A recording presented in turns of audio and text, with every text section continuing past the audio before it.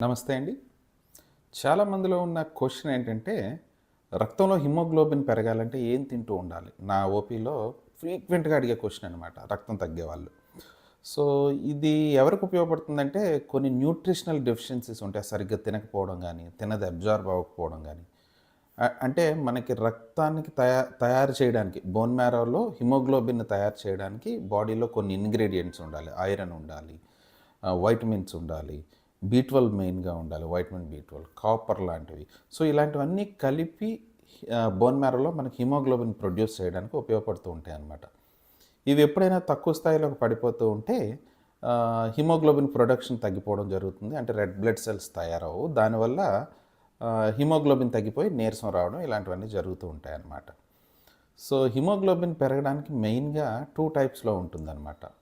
ఒకటి non vegetarian food and రెండోది vegetarian food అనేది డివైడ్ చేస్తూ ఉంటాం.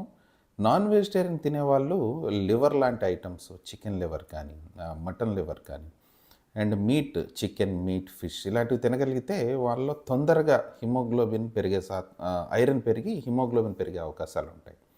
అదే వెజిటేరియన్స్‌కి వచ్చేసరికి వాళ్ళలో ఐరన్ అబ్జార్ప్షన్ అంటే వెజిటబుల్స్ నుంచి కానీ, వెజిటేరియన్ ఫుడ్ నుంచి కానీ ఐరన్ అబ్జార్ప్షన్ తక్కువగా ఉంటుంది. బట్ కొన్ని రకాల గింజలు అంటే మనం ఈ జొన్నలు కానీ, సజ్జలు కానీ, లేదంటే బార్లీ, కొన్నిసార్లు సబ్జా గింజలు, ఓట్స్ ఇలాంటి వాటిలో ఐరన్ బాగా ఎక్కువగా ఉంటుందన్నమాట.